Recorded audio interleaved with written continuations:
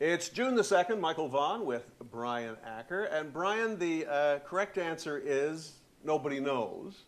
The question is this going to be another zero return year in the U.S.? I mean, we're up 15, we're down 15 now. I don't think so. I think we're going through a period of malaise. A lot of psychological fears out there. I mean, I think it all started with that mini crash we had about 3 weeks ago. Which no one has still figured out the cause of. Yeah, big article in the FT. They still haven't figured out how that happened. Along with oil wells that seem to be spewing endless oil in the Gulf. Colossal disaster. Like, is there the psyche on, you know, the American people must be huge right now. Yeah. And keep in mind, two of the most hated industries, finance and oil, in the last 2 years have completely blown up.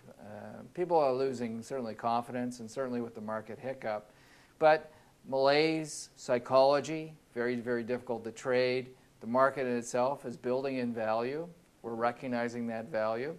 And what if BP goes down? It's either the 5th or 6th largest company in the world, isn't it?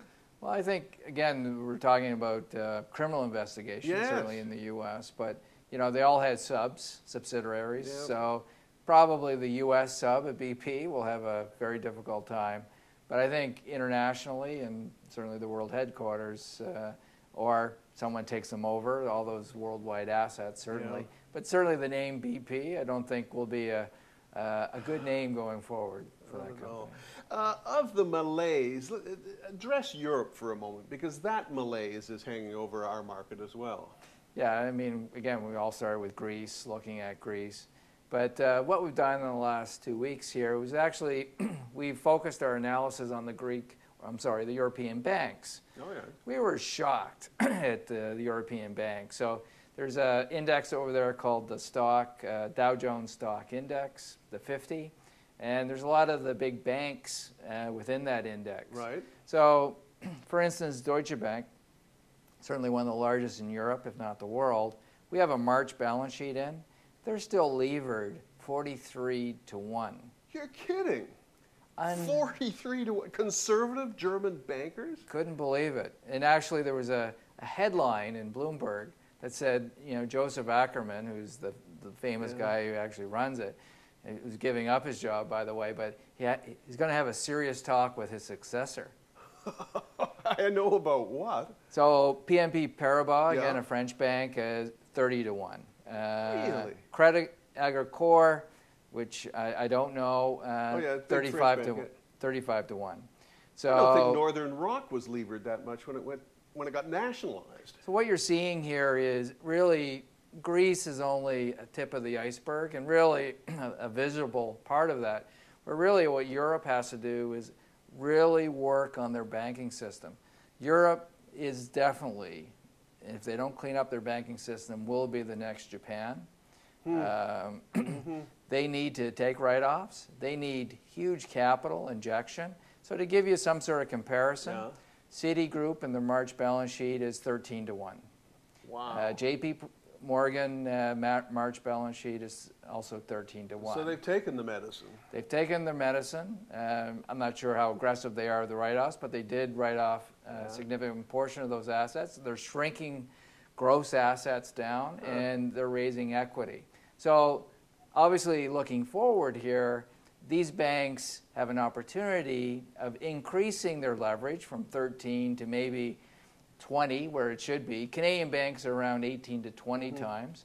So they have an opportunity to increase that, which is credit growth, which is growth obviously going forward in the economy. So again, we feel very, very comfortable in North America. We feel very, very comfortable in the Canadian dollar in terms of store of wealth here for our clients. But if you actually do the work on Europe, there's a long way to go for their banking system. So. I'm glad we're not invested there. Okay, what's the situation in the Canadian fund? I mean, it hasn't been as dramatic in either the rise or the fall as the U.S. Yeah, I got up around 4 or 5. We're down 4% year to date. Again, nothing big there in terms of we were market weight materials, which had the big fall, but nothing really that I can point out that is substantive. And those people who have looked at the portfolio certainly on our website, I mean, there haven't been big bets either way. It's been either underweight, overweight, specific industries. So again, marking time there, but and there wasn't a whole lot of value in Canada, but there's value now showing up with this correction. So hopefully that reverses itself later on. So I take it there wasn't much of a shift in the June rebalancing? Very modest. Yeah. No changes certainly in our top 10 of our U.S. portfolio, which is rare. In the Canadian, obviously, there are some changes in the sense of companies with a overweight position, but very, very modest there as well. So. Very interesting observations on Europe, and I'll be in to see you at the midpoint of the year, the end of this month. Thanks, Brian. Thank you, Michael.